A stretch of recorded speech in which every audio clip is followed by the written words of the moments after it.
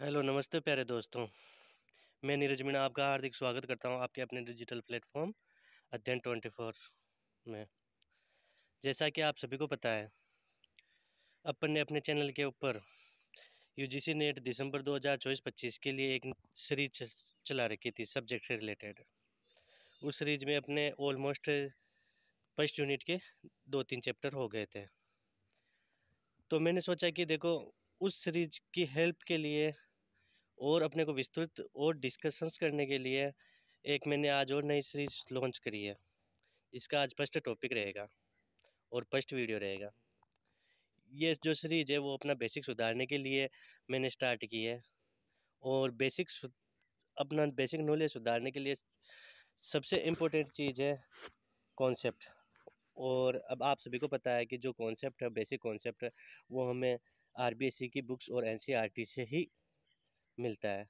बहुत से बड़े बड़े एग्जाम्स जैसे लाइक यूपीएससी हुई, आरएस हुआ, या कोई भी कम्पिटिटिव एग्ज़ाम्स होते हैं, उसमें हमेशा कैंडिडेट अपना बेसिक लेवल आरबीएससी और एनसीईआरटी से ही सुधारता है।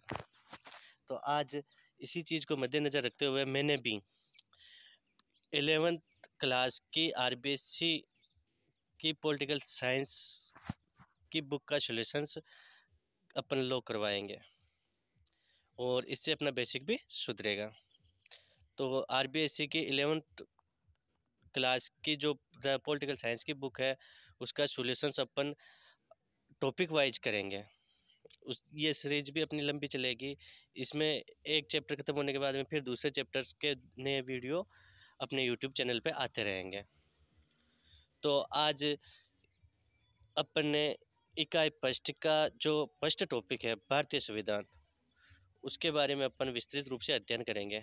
अपन इसमें भारतीय संविधान की हिस्ट्री जानेंगे, भारतीय संविधान का बेसिक स्ट्रक्चर समझेंगे, भारतीय संविधान की विशेषताएं समझेंगे, भारतीय संविधान का अपने शासन एडमिनिस्ट्रेशंस में और पॉलिटिकल साइंस में कितना महत्वपूर्ण योगदान है, इसके बारे में अच्छे से डिस्कस करेंगे। तो सबसे पहले अपन एक महान विचारक बाबा साहब भीमराव अंबेडकर जी का एक कोटेशंस है, जो संविधान के ऊपर दिया गया था, उनका कोटेशंस, उससे अपन शुरुआत करेंगे। तो अपना पहला टॉपिक है भारत का संविधान। इसके ऊपर बाबा साहब भीमराव अम्बेडकर ने कहा था कि मैं अनुभव करता हूँ कि भारतीय संविधान कार्य संचालन योग्य है, लचीला है तथा इनमें शांति काल व युद्ध काल में देश की एकता बनाए रखने का सामर्थ्य है। डॉक्टर अंबेडकर साहब ने ये बात कही थी। अब आगे अपन स्टार्ट करते हैं कि किसी भी देश के संविधान व राजनीतिक व्यवस्था में उस देश की आस्थाओं, विश्वासों, आधारभूत शाश्वत मूल्यों और सिद्धांतों के समेकित दर्शन होते हैं। भारत के संविधान निर्माताओं ने हमारे देश के ऐतिहासिक, सामाजिक, धार्मिक और राजनीतिक परिस्थितियों को ध्यान पर रखकर ही संविधान का निर्माण किया है। उनका लक्ष्य एक लोक कल्याणकारी राज्य की स्थापना करना था। मतलब कि जो भी भारत की संविधान सभा ने जो भारत के लिए जो संविधान तैयार किया था, उसमें हमारे देश के ऐतिहासिक, सामाजिक, धार्मिक और राजनीतिक परिस्थितियों को ध्यान में रखकर ही संविधान का निर्माण किया था। उनका मेन मोटिवेशंस ये था कि भारत को एक लोक कल्याणकारी राज्य के रूप में स्टैब्लिश करना है। इसी लक्ष्य की पूर्ति के लिए उन्होंने संविधान की प्रस्तावना में संविधान के आदर्शों को स्पष्ट किया था। हमारे संविधान की अपनी विशेषताएं हैं जो उसे विश्व के अन्य संविधानों से अलग करती है। अपने भारतीय संविधान की ही खुद की ही अपनी विशेष विशेषताएं हैं जो हमें औरों से अलग करती है। औरों के संविधानों से अपने भारतीय संविधान को अलग करती है। हमें हमारे संविधान के अंतर्गत हमारा संविधान एक तरफ मौलिक राजनीतिक सिद्धांतों को परिभाषित करता है, वहीं दूसरी तरफ विभिन्न संरचनाओं और प्रक्रियाओं को भी स्थापित करता है। इस प्रक्रिया में मौलिक अधिकार, नीति निर्देशक सिद्धांत व नागरिकों के मूल कर्तव्य भी शामिल है। मतलब अपने संविधान के अंतर्गत मौलिक अधिकार, नीति निर्देशक सिद्धांत और नागरिकों के मौलिक कर्तव्य भी शामिल है। अपने संविधान को 395 आर्टिकल्स पे डिवाइड किया है। जिसमें 22 भाग है। इन्हीं 22 भागों में संपूर्ण संविधान को दिया हुआ है। संविधान का बेसिक स्ट्रक्चर इससे मालूम हो जाता है, संविधान की विशेषताएं, संविधान के रूल्स एंड रेगुलेशंस, ये सभी चीज़ें 395 टोटल आर्टिकल्स में हमें देखने को मिलते हैं। यह दुनिया का एक ऐसा लिखित कानूनी दस्तावेज है जिसे लिखने में सर्वाधिक समय 2 वर्ष 11 माह 18 दिन लग गए थे। मतलब अपने संविधान को तैयार करने में 2 वर्ष 11 माह 18 दिन लग गए थे। इसमें टोटल खर्चा 64 लाख का आया था। संविधान निर्माण में टोटल खर्चा कितना आया था? 64 लाख का आया था।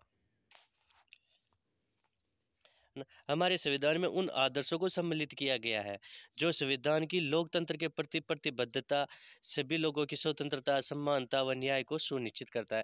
भारतीय संविधान की विशेषताएं मूलतः इसकी प्रस्तावना में व्याख्यायित सिद्धांतों व आदर्शों का विस्तार है। अब अपने संविधान की कुछ विशेषताएं देख लेते हैं, इम्पोर्टेंट विशेषताएं।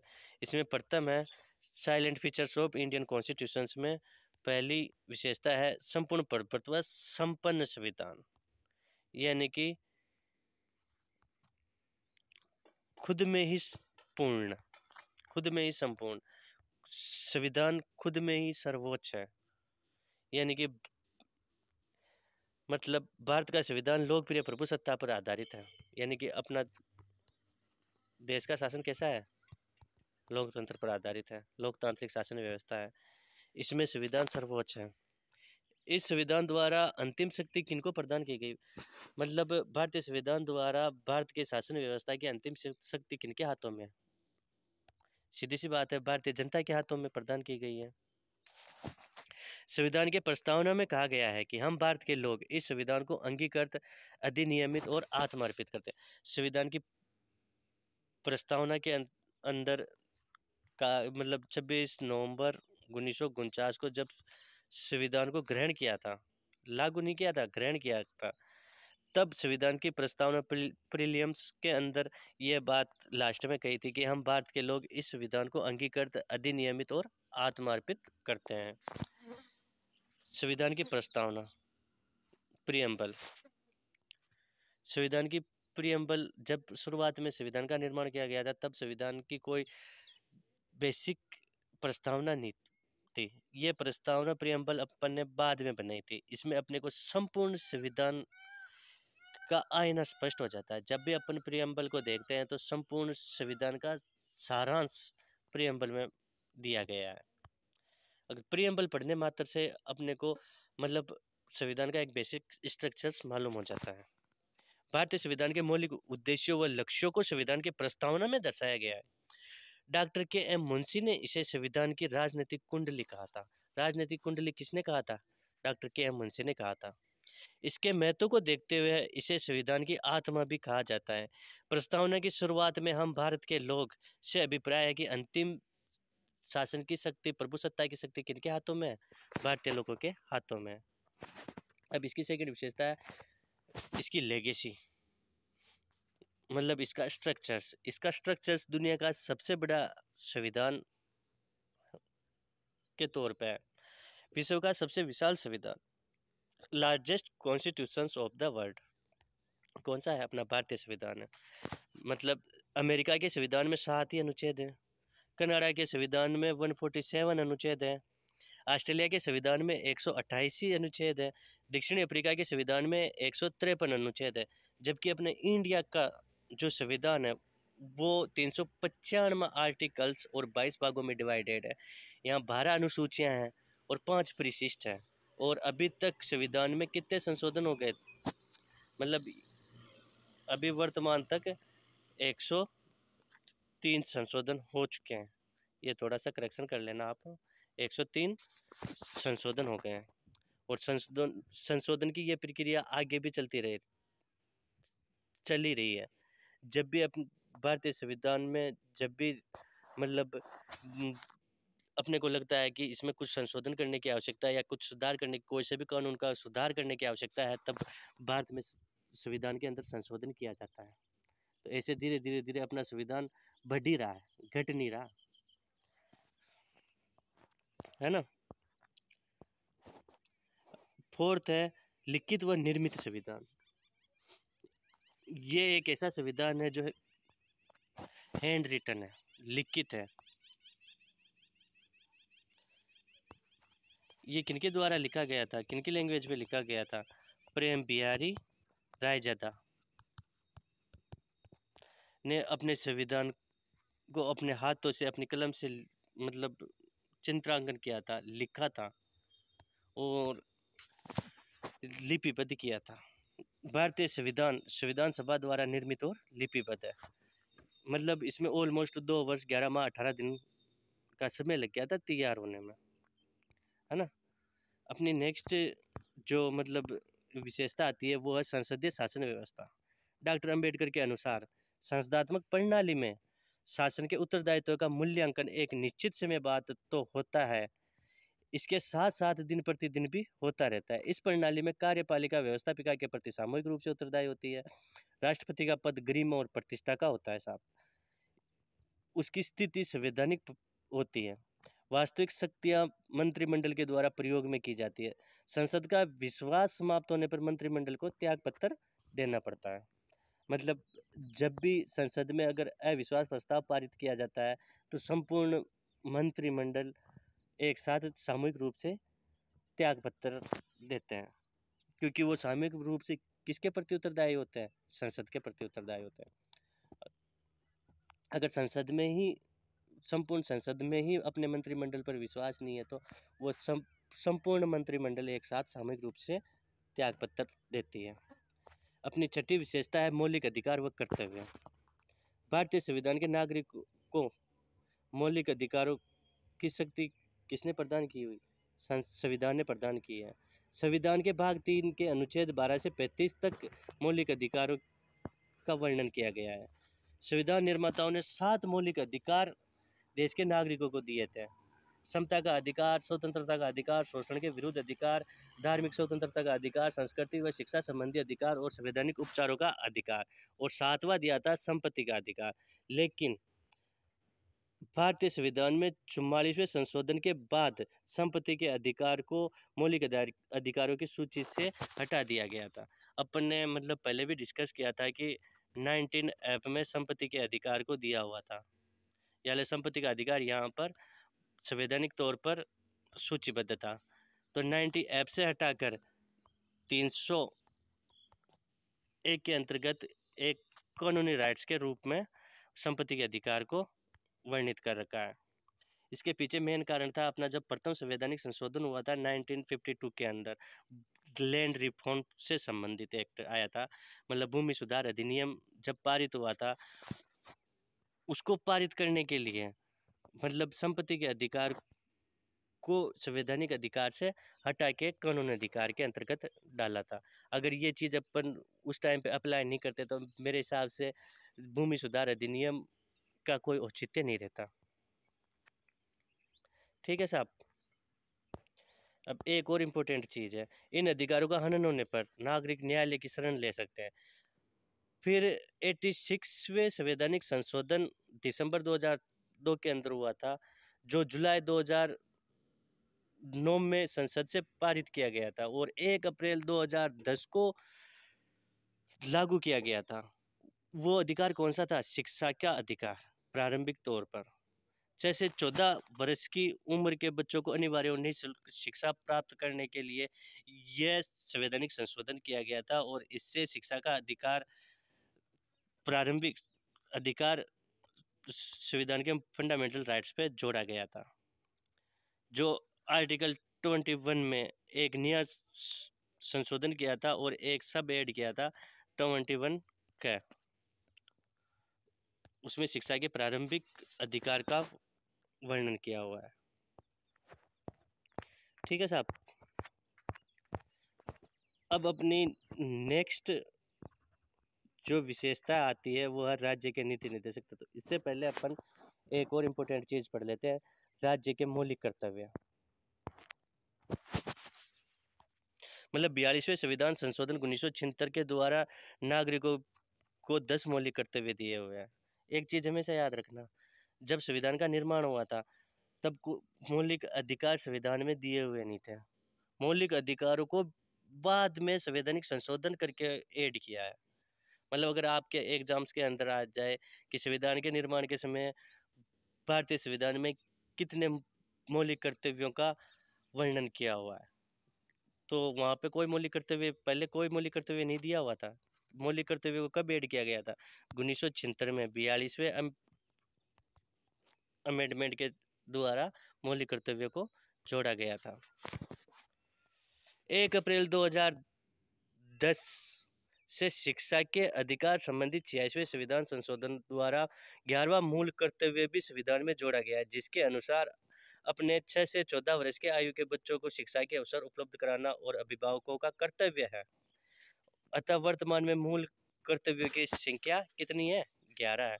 मतलब मूल कर्तव्यों में जो 11वां मूल कर्तव्य है उसमें 6 से 14 वर्ष के बच्चों को अनिवार्य और निःशुल्क शिक्षा प्रदान करने का दायित्व है किसका बताया हुआ है? अभिभावक का।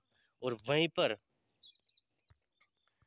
मतलब संविधान के आर्टिकल 21A में ये डिफाइन किया है कि बच्चों की निःशुल्क और अनिवार्य शिक्षा का दायित्व किसका है? राज्य का। मतलब मौलिक अधिकारों में राज्य को दायित्व दिया हुआ है और मूल कर्तव्य में किसको दायित्व प्रदान किया हुआ है? अभिभावक को। ठीक है साहब। राज्य की DPSP, राज्य के नीति निर्देशक तत्व। आयरलैंड के संविधान से प्रेरित होकर संविधान के भाग 4 में नीति निर्देशक तत्वों का वर्णन किया गया है। राज्य के नीति निर्देशक तत्व वे विचार है जो भविष्य में बनने वाली सरकारों के समक्ष पथ प्रदर्शक की भूमिका का निर्वहन करते हैं। यद्यपि इनके क्रियान्वयन के लिए सरकार को बाध्य नहीं किया जा सकता, ये न्यायालय के द्वारा वाद योग्य भी नहीं है। साहब DPSP कोई वाद योग्य नहीं है। जबकि वहाँ पर आर्टिकल 32 में संवैधानिक उपचारों के अधिकार के अंतर्गत अगर व्यक्तियों के मौलिक अधिकारों का हनन होता है तो व्यक्ति किसकी शरण ले सकते हैं? न्यायालय की शरण ले सकते हैं। लेकिन अगर राज्य के नीति निर्देशक तत्वों का कुछ न कुछ हनन होता है तो व्यक्ति राज्य की शरण नहीं ले सकता है। हाँ, नीति निर्देशक तत्व राज्य के कौन सा दायित्व है? ऐच्छिक दायित्व है। अगर राज्य चाहे तो नीति निर्देशक तत्वों को अप्लाई कर सकता है, मान सकता है। अगर राज्य नहीं चाहे, अगर राज्य को जरूरत नहीं लगती है तो नीति निर्देशक तत्वों को वो राज्य में अप्लाई भी नहीं करे। उसके लिए राज्य कोई अनुबंधित नहीं है। ठीक है। अपनी नेक्स्ट विशेषता आती है समाजवादी राज्य, मतलब सोशलिस्ट स्टेट। 42वें संविधान संशोधन 1976 द्वारा भारत को समाजवादी गणराज्य घोषित किया गया था। भारत को समाजवादी गणराज्य कब घोषित किया गया था? 42वें संविधान संशोधन द्वारा 1976 के द्वारा ये बात कही गई थी कि India is a secular state. यद्यपि मूल संविधान में यह शब्द कहीं पे मतलब उल्लेखित या प्रयुक्त नहीं था। यह 42वें संविधान संशोधन के द्वारा जब प्रस्तावना भारतीय संविधान में ऐड की गई थी तो प्रस्तावना के अंतर्गत एक शब्द दे रखा था समाजवादी गणराज्य। प्रस्तावना में यही शब्द भारतीय राज्य व्यवस्था को एक नई दिशा दिए जाने की भावना को दृष्टिगत रखकर जोड़ा गया था।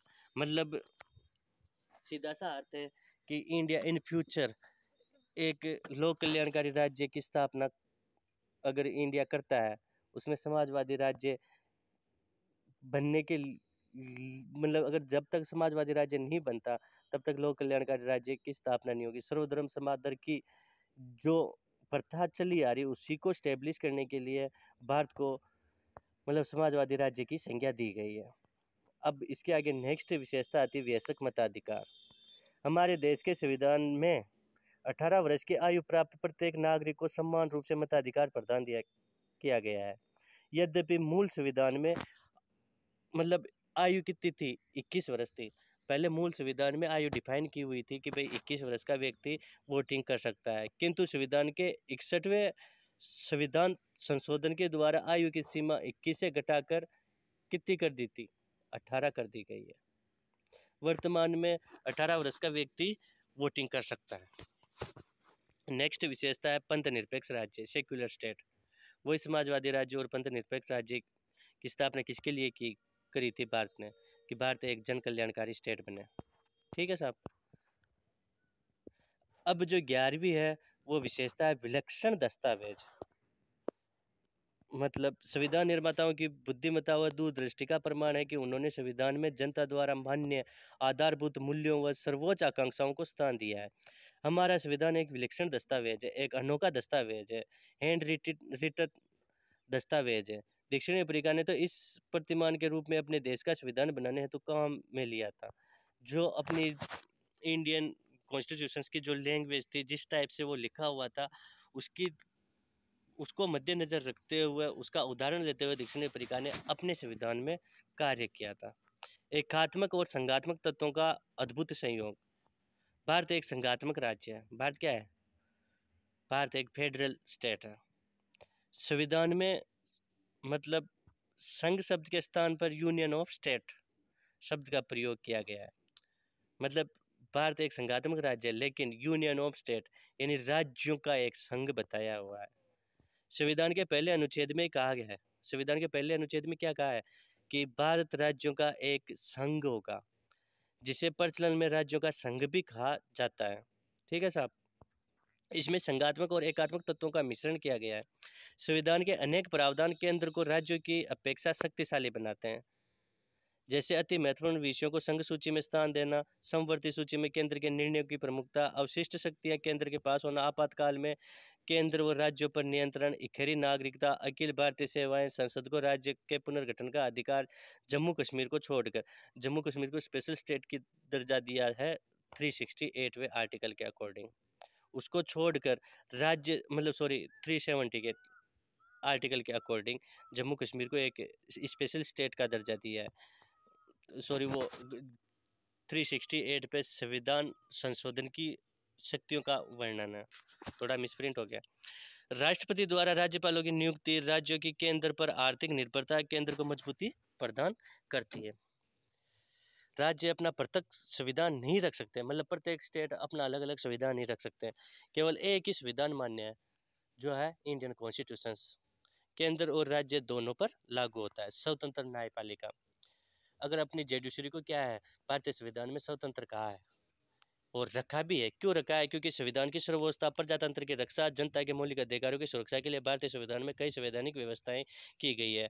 भारत के राष्ट्रपति द्वारा सर्वोच्च तथा उच्च न्यायालयों के न्यायाधीशों की नियुक्ति की जाती है तथा उन्हें संसद में महाभियोग द्वारा हटाया जा सकता है। कार्यपालिका के आदेश तथा व्यवस्थापिका के कानून यदि संवैधानिक विशेषताओं का उल्लंघन करते हैं तो न्यायपालिका को न्यायिक पुनरावलोकन उन्हें अवैध घोषित करने का अधिकार है।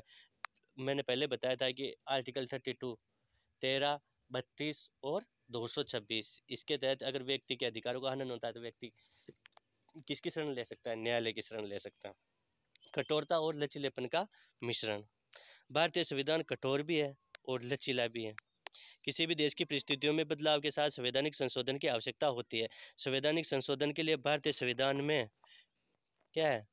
संशोधन विधि अनुच्छेद 368 जो मैंने पहले बताया था ना, वही है ना, 368 में दी गई है। संविधान में संशोधन व्यवस्था कुछ भागों के संबंध में कठोर तो कुछ भाग में लचीली। कहीं पे मतलब संविधान के अंतर्गत मतलब व्यवस्था, संवैधानिक संशोधन की जो व्यवस्था दी गई है वो कहीं पे कठोर है तो कहीं पे लचीली है। कहीं पे संसद के में एक सदन के द्वारा ही संविधान का संशोधन होता है तो कहीं पे लोकसभा, राज्यसभा और राष्ट्रपति तीनों के द्वारा मिलकर संविधान में संशोधन किया जाता है।